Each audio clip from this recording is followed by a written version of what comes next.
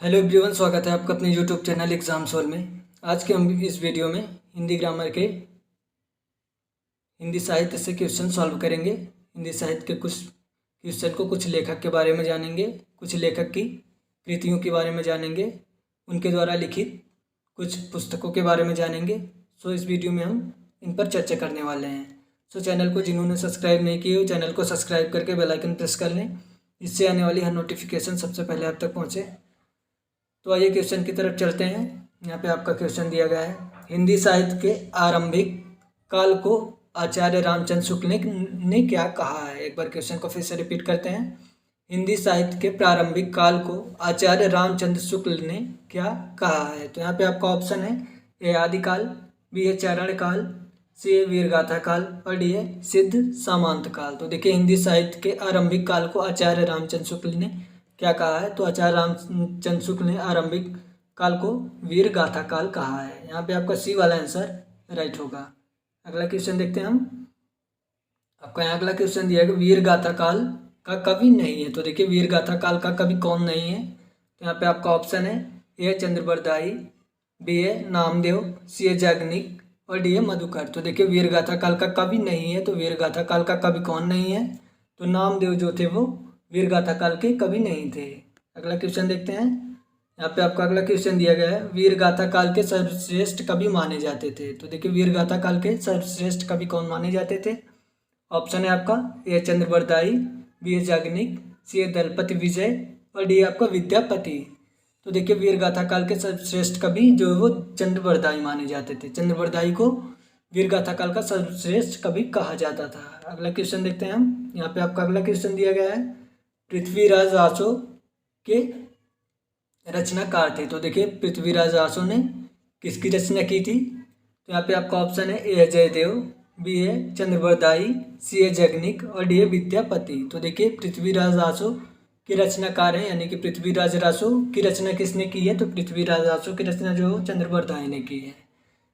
पृथ्वीराज आसो की रचना किसके द्वारा की गई। तो चंद्रबरदाई के द्वारा की गई, यानी कि यहाँ पे आपका बी वाला आंसर राइट है। अगला क्वेश्चन हम देखते हैं। यहाँ पे आपका अगला क्वेश्चन दिया गया है, कबीर की भाषा थी। तो देखिए, कबीर की भाषा क्या थी। तो यहाँ पे आपका ऑप्शन है ए ब्रज, बी है कनौजिया, सी है सधुक्कड़ी और डी है खड़ी बोली। तो देखिए, कबीर दास की भाषा क्या थी। तो यहाँ पे आपका ये क्वेश्चन इंपॉर्टेंट भी है। देखिए, रेलवे के एग्जाम में ये क्वेश्चन आया था। तो देखिए, कबीर की भाषा क्या थी। तो आपको पता होगा कबीर की भाषा जो थी वो सधुक्कड़ी थी। यहाँ पे आपका सी वाला आंसर राइट होगा। सधुक्कड़ी क्या थी। तो कबीर की भाषा थी। अगला क्वेश्चन देखते हैं हम। यहाँ पे आपका अगला क्वेश्चन दिया गया, शिवा बावनी के रचनाकार थे। तो देखिए, शिवा बावनी के रचनाकार कौन थे। यहाँ पे आपका ऑप्शन है, देखिए शिवा बावनी के रचनाकार यहाँ पे ऑप्शन ए है पद्याकर, बी है भूषण, सी है केशव दास और डी है जागनिक, सॉरी जनिक। यहाँ पे आपका है जनिक, यहाँ पे आपका जागनिक होगा। यहाँ पे देखिए, डी वाले ऑप्शन में आपका होगा जागनिक। डी वाला ऑप्शन में आपको क्या होगा। तो डी वाले ऑप्शन में आपका होगा जागनिक। तो शिवा बावनी की रचनाकार कौन थे। तो शिवा बावनी की रचना जो थी वो भूषण के द्वारा की गई थी, यानी कि यहाँ पे आपका बी वाला आंसर राइट है। अगला क्वेश्चन देखते हैं हम। यहाँ पे आपका अगला क्वेश्चन दिया गया है, हिंदी कविता। यहाँ पे देखिए क्वेश्चन है आपका,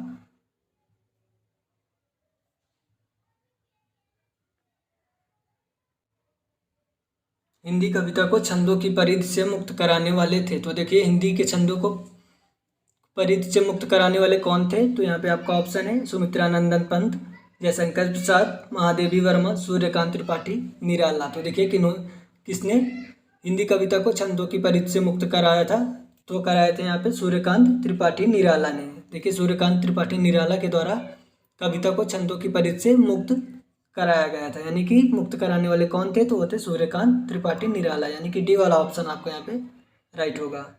अगला क्वेश्चन हम देखते हैं हम। यहाँ पे आपका अगला क्वेश्चन है, तितली के रचयिता थे। तो देखिए, तितली की रचना किसने की थी। देखिए, तितली की रचना किसने की थी। यहाँ पे आपको वो तितली नहीं, आपको बताना है कि तितली जो बनाई गई थी किसके द्वारा बनाई गई थी। तो यहाँ तितली नहीं है।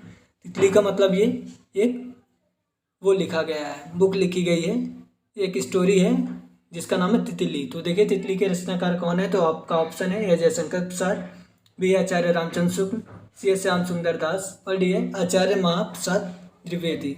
तो देखिए, तितली की रचना किसके द्वारा की गई थी। तितली की रचना जो जयशंकर प्रसाद के द्वारा की गई थी। यहाँ पे देखिए आपका ए वाला आंसर राइट होगा। तितली की रचना जयशंकर प्रसाद के द्वारा की गई थी। अगला क्वेश्चन देखते हैं हम। आपका यहाँ अगला क्वेश्चन दिया गया है, अतीत के चलचित्र के रचयिता थे। देखिए अतीत के चलचित्र के रचयिता कौन थे? तो यहाँ पे आपका ऑप्शन है ए जयशंकर प्रसाद, बी है सूर्यकांत त्रिपाठी निराला, सी है महादेवी वर्मा और डी है सुमित्रा नंदन पंत। देखिए अतीत के चलचित्र की रचयिता जो थी वो महादेवी वर्मा थी।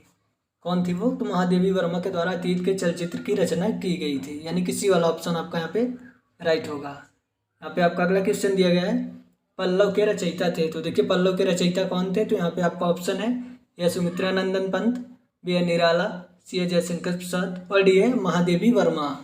तो देखिए पल्लव के रचयिता कौन थे? तो यानी कि पल्लव की रचना किसने की थी? तो पल्लव की रचना जो सुमित्रा नंदन पंत के द्वारा की गई थी, यानी कि ये वाला ऑप्शन यहाँ पे आपका राइट होगा। अगला क्वेश्चन देखते हैं हम। यहाँ पे आपका अगला क्वेश्चन है, चिंतामणि के रचयिता कौन थे? यहाँ पे आपको बताना है कि चिंतामणि के रचयिता कौन थे। तो आपका ऑप्शन है ए जयशंकर प्रसाद, बी है महावीर प्रसाद द्विवेदी, सी है रामचंद्र शुक्ल और डी है हरिऔध। तो देखिए चिंतामणि के रचयिता कौन है? तो चिंतामणि की रचना जो है वो रामचंद्र शुक्ल के द्वारा की गई थी। चिंतामणि की रचना किसके द्वारा की गई थी? तो वो रामचंद्र शुक्ल के द्वारा की गई थी, यानी कि यहाँ पे आपका सी वाला आंसर राइट होगा। अगला क्वेश्चन हम देखते हैं।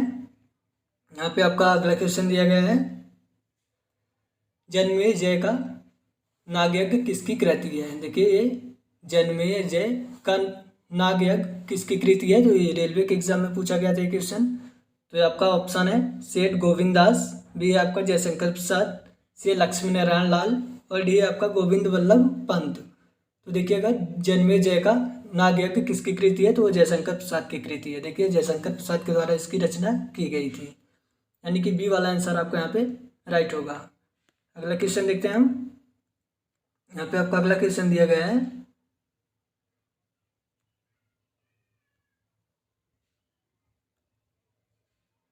देखिए यहाँ पे आपका क्वेश्चन है, निम्नलिखित में से सबसे पहले अपनी आत्मकथा हिंदी में किसने लिखी? तो देखिए निम्नलिखित में से सबसे पहले अपनी आत्मकथा किसने लिखी?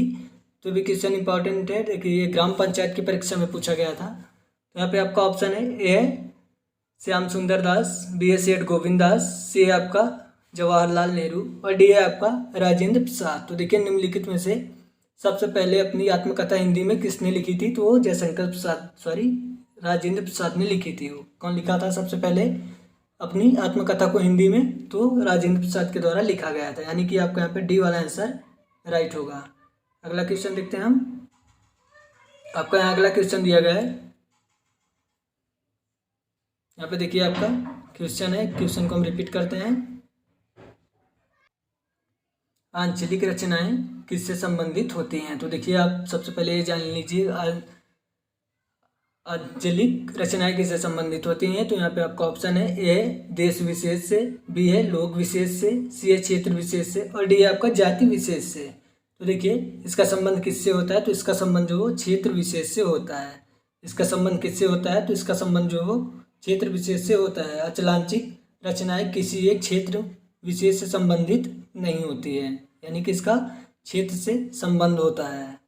अगला क्वेश्चन देखते हैं हम।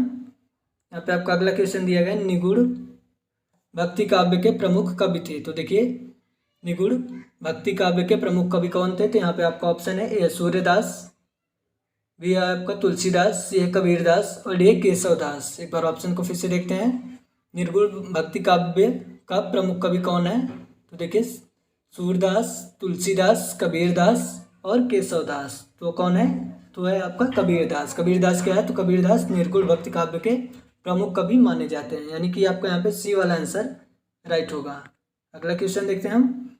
यहाँ पे आपका श्रद्धा किस कृत की नायिका है? यहाँ पे आपको बताना है श्रद्धा किस कृत की नायिका है। तो यहाँ पे आपका ऑप्शन है ए कामायनी, बी है कुरुक्षेत्र, सी है रामायण और डी है आपका साकेत। तो देखिए श्रद्धा किस कृत की नायिका है? तो श्रद्धा जो वो कामायनी कृत की नायिका है, यानी कि यहाँ पे आपका ए वाला आंसर जो है वो राइट होगा।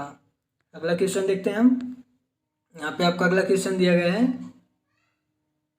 भूषण की कविता का प्रधान स्वर है। तो देखिए भूषण की कविता का प्रधान स्वर कौन सा है? तो यहाँ पे आपको बताना है कि भूषण की कविता का प्रधान स्वर कौन सा है? तो यहाँ पे आपका ऑप्शन दिया गया है, ये है व्यंग्यात्मक, और यहाँ पे देखिए आपका बी दिया गया है प्रशासपरिक, और यहाँ पे आपका सी है श्रृंगारिक, और डी है कारुणिक। तो यहाँ पे आपको बताना है भूषण की कविता का प्रधान स्वर क्या है। तो भूषण की कविता का प्रधान स्वर जो है वो यहाँ पे आपका बी वाला आंसर आपको दिख रहा होगा, प्रशास्तिक परक। प्रशास्तिक परक क्या है? तो भूषण की कविता का प्रधान स्वर है, यानी कि आपका यहाँ पे बी वाला आंसर जो है वो राइट होगा।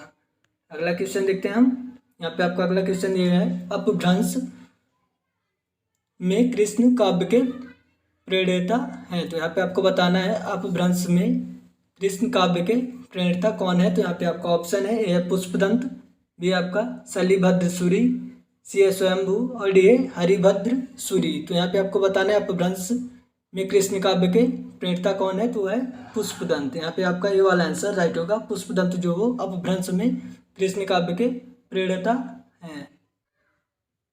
आइए अगला क्वेश्चन देखते हैं। यहाँ पे हम आपका यहाँ अगला क्वेश्चन दिया गया है, प्रथम सूफी प्रेमाख्यानक काव्य के रचयिता हैं। तो देखिए प्रथम सूफी प्रेमाख्यानक के काव्य के रचना कौन है, यानी कि रचयिता कौन है। तो यहाँ पे आपका ऑप्शन है, ए है नूर मोहम्मद, बी है जायसी, सी है मुल्ला दाऊद, और आपका यहाँ पे डी दिया गया है कुतुबन। तो देखिए कौन है वो, तो मुल्ला दाऊद हैं। देखिए मुल्ला दाऊद क्या है, तो प्रथम सूफी प्रेमाख्यानक काव्य के रचयिता है, यानी कि यहाँ पे आपका सी वाला आंसर जो होगा वो राइट होगा। अगला क्वेश्चन देखते हैं हम। यहाँ पे आपका अगला क्वेश्चन दिया गया है, हिंदी के प्रथम गद्यकार थे। ये भी क्वेश्चन काफ़ी इंपॉर्टेंट है आपका। तो देखिएगा हिंदी के प्रथम गद्यकार कौन थे। तो हिंदी के प्रथम गद्यकार जो थे वो आपका ऑप्शन है यहाँ पे, राजा शिव प्रसाद सितारे हिंद, बी आपका लल्लू लाल, सी आपका दिया गया है भारतेंदु हरिश्चंद्र, डी है आपका बालकृष्ण भट्ट। तो देखिए हिंदी के प्रथम गद्यकार कौन थे। तो हिंदी के प्रथम गद्यकार जो थे वो लल्लू लाल थे। हिंदी के प्रथम गद्यकार कौन थे, तो लल्लू लाल थे। देखिए हिंदी के प्रथम गद्यकार लल्लू लाल है, इनकी प्रमुख रचना क्या है। तो इनकी प्रमुख रचना जो है वो प्रेम सागर है। इनकी प्रमुख रचना क्या है, तो है प्रेम सागर।